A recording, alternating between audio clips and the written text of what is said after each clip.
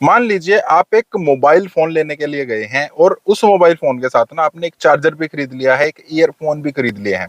आपने उस फोन पर डिस्काउंट मांगा, लेकिन वो लोग आपको डिस्काउंट दे रहे हैं उस ईयरफोन पर, उस चार्जर पर। मतलब फोन आपका है 60,000, 70,000 रुपए, 1 लाख रुपए या 10,000, 20,000 रुपए का, और उसके साथ जो चार्जर आ रहा है वो है 200, 300, 500 रुपए के आसपास का। अब वो लोग आपको उस पर डिस्काउंट दे रहे हैं, फोन पर डिस्काउंट नहीं दे रहे हैं, लेकिन आपको पता नहीं लगने देंगे, या आपको इस तरीके से लगेगा कि जो आपने फोन लिया है उसके साथ चार्जर की कॉस्ट जोड़ दी है और उसमें से 200-300 रुपए कम कर दिए हैं ओवरऑल में से, कि लीजिए हमने आपके लिए पैसे कम कर दिए हैं। तो मेरे ख्याल से तो ऐसा कोई नहीं मानेगा, हर किसी को ये लगेगा यार फोन पर डिस्काउंट दो ना, चार्जर पर देना है तो दो, नहीं देना है तो कोई बात नहीं, वो एक अलग चीज है। तो फिर हम गाड़ियों के मामले में यहाँ पर कंफ्यूज क्यों हो जाते हैं? बहुत सारे क्वेश्चन आते हैं, काफी बार मैंने बताया है, और आज इसको थोड़ा सा ना अलग तरीके से बताएंगे ताकि आपको कॉन्फिडेंस आए, और जब हमें कॉन्फिडेंस आ जाता है तो हम डिस्काउंट ज्यादा बेटर तरीके से ले पाते हैं। तो हेलो, मेरा नाम है अमित और आप देख रहे हैं डेली ऑटो लाइफ। हम किस चीज की बात कर रहे हैं? क्वेश्चन क्या आता है? वो आता है कि हमें एक्स शोरूम प्राइस पर डिस्काउंट मिलेगा कि नहीं मिलेगा। इसका एक अगर सिंपल आंसर बताऊं ना, उसके बाद थोड़ा सा इसको एलोबरेट करने की कोशिश करेंगे। सिंपल आंसर है यस, आपको एक्स शोरूम प्राइस पर डिस्काउंट मिलेगा, और मिलना उसी पर चाहिए। लेकिन करते क्या है शोरूम, क्या करते हैं, आपको जैसे ही आप गाड़ी लेने के लिए जाएंगे ना, आपको एक शोरूम प्राइस वहां पर लिख दिया जाएगा, उसके साथ इंश्योरेंस का प्राइस जोड़ दिया जाएगा, आरटीओ का चार्ज जोड़ दिया जाएगा, उसके बाद एक्सटेंडेड वारंटी लिख दी जाती है, एसेसरीज लिख दी जाती है, बहुत सारी मतलब 5-6 अलग अलग टर्म्स लिख दी जाती हैं। अगर किसी गाड़ी का एक शोरूम प्राइस 8 लाख रुपए है, तो ऑन रोड तक जाते जाते वो गाड़ी को 10 लाख रुपए की कर देते हैं। अब उस 10 लाख रुपए में से अगर कंपनी ने कोई डिस्काउंट अनाउंस कर रखा है, मान लेते हैं 30,000 रुपए अनाउंस कर रखा है, तो उस 10 लाख रुपए में से वो 30,000 रुपए घटा देते हैं। ये आपका डिस्काउंट है जो आज के टाइम पर चला हुआ है। आपने ऑनलाइन भी देखा होगा, न्यूज़पेपर में देखा होगा, कहीं पर भी देखा है, एडवर्टीजमेंट देखी है। ये हमने आपको डिस्काउंट दे दिया है, और 10,000 रुपए का डीलरशिप की तरफ से आपको डिस्काउंट है।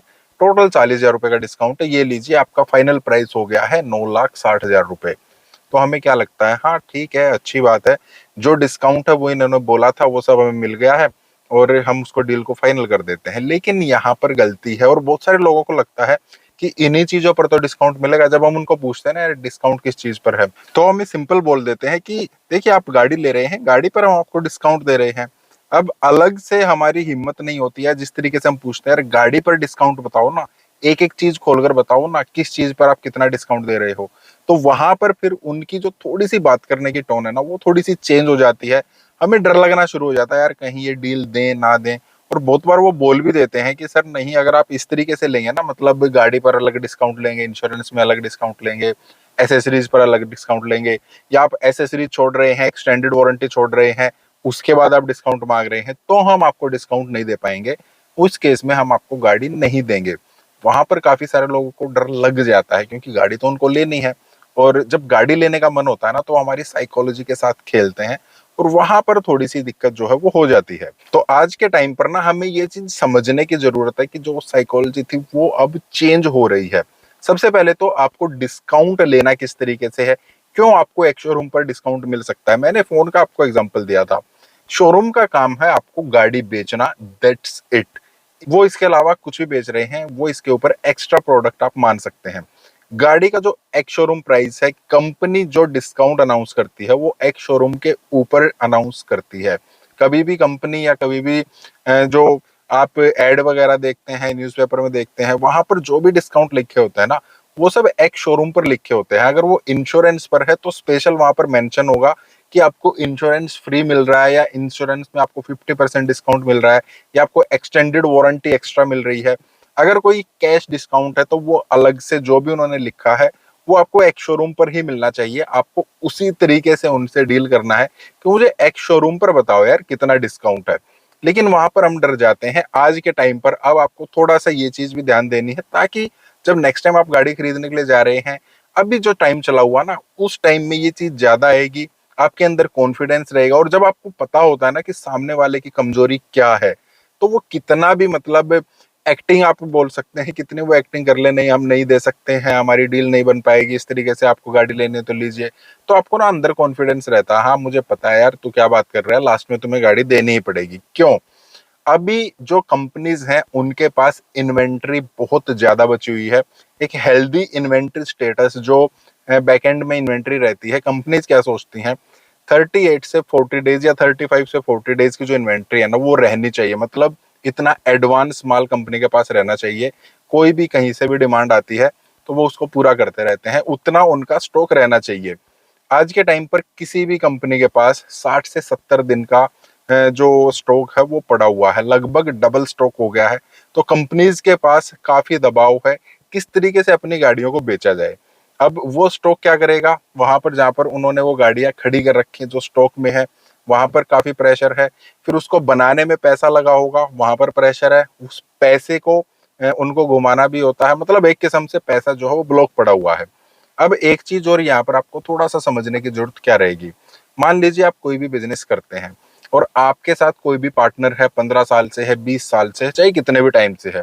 अगर उसकी वजह से आपको नुकसान होना शुरू हो जाए, देखिए मैं पुराने पार्टनर की बात कर रहा हूँ, नए की तो बात ही नहीं कर रहा हूँ।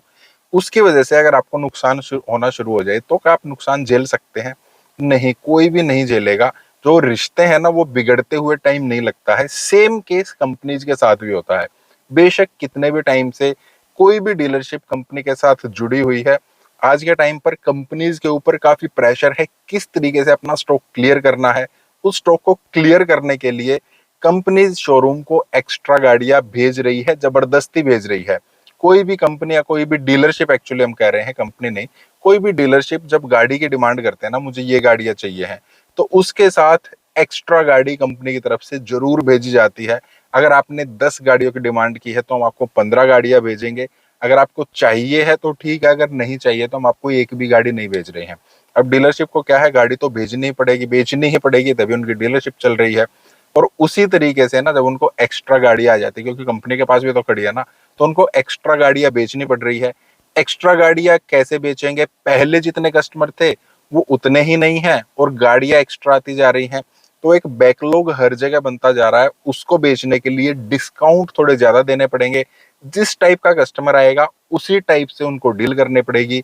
मैंने देखा है 1 साल 1.5 साल पहले जो शोरूम है, जो जितने भी डीलरशिप हैं, उनकी जो अकड़ होती थी ना, आज के टाइम पर वो काफी ढीली हो चुकी है।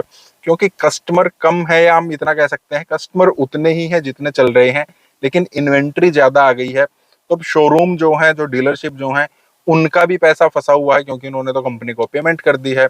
अब उन्होंने 10 गाड़ियों की डिमांड की थी, उनके पास 15 गाड़ियां आ गई हैं। अब वो 10 गाड़ियां तो हम मान लेते हैं बिक गई हैं, 5 गाड़ियां अब भी खड़ी हैं और उनको नेक्स्ट लॉट फिर से मंगाना है। बहुत बार कंपनी की तरफ से क्या होता है, डीलरशिप को जो है गाड़ियां वैसे भी भेज दी जाती है, हमारे पास ये गाड़ियां खड़ी हैं, आपको ये गाड़ी लेनी पड़ेगी, थोड़ा सा ज्यादा डिस्काउंट पर हम आपको भेज रहे हैं, लेकिन ये आप अपने पास रखिए, बेचिए जिस तरीके से आप बेच सकते हैं। तो उस केस में बहुत बार शोरूम के ऊपर, डीलरशिप के ऊपर ये दबाव पड़ जाता है कि उनको गाड़ियां बेचनी ही पड़ेंगी, वहां पर डिस्काउंट ज्यादा है।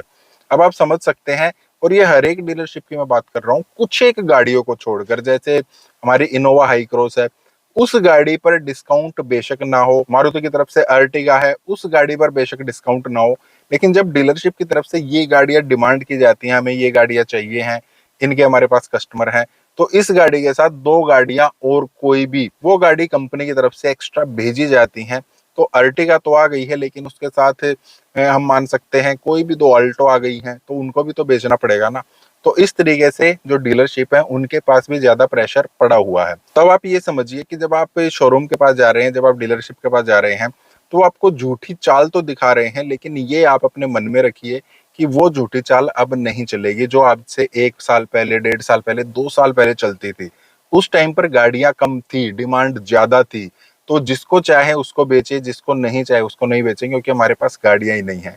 आज के टाइम पर जो आए उसको बेचो, उसके बावजूद भी उनके पास एक्स्ट्रा गाड़ियां खड़ी हैं। तो जो आराम से ले रहा है, जो उनके चाल में उलझ रहा है, वहां से हम कमाई कर लेंगे। जो थोड़ी सी बातचीत करेगा उसको थोड़ा ज्यादा डिस्काउंट दे देंगे। कोई ज्यादा ही खड़ूस आ गया, कोई बात नहीं यार, इस पर हम थोड़ा कम कमा लेंगे या नहीं कमाएंगे, लेकिन कम से कम हमारा पैसा तो नहीं फंसा हुआ है ना, वो सर्कल तो घूमता रहेगा ना। तो ये अपने ध्यान में रखिए, अब टाइम आपका है, अपने हिसाब से आप गाड़ी लीजिए, डिस्काउंट लीजिए और खुशी खुशी घर पर बढ़िया गाड़ी लेकर आइए। फिर भी आप कुछ कहना चाहते हैं, कुछ पूछना चाहते हैं, वो आप कमेंट कर सकते हैं। इस टाइप की वीडियोस के लिए आप वीडियो को लाइक करना, चैनल को सब्सक्राइब करना। मिलते हैं, थैंक यू, बाय।